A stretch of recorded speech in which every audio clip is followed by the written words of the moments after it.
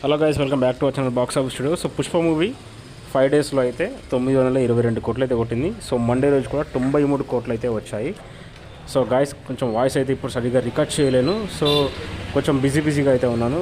So next time అయితే full videos చేస్తాను guys. So ఇప్పుడైతే అడ్జస్ట్ అవ్వండి కొంచెం. సో ఓవరాల్గా ఇది కలెక్షన్స్ రిపోర్ట్ ఆఫ్ పుష్ప.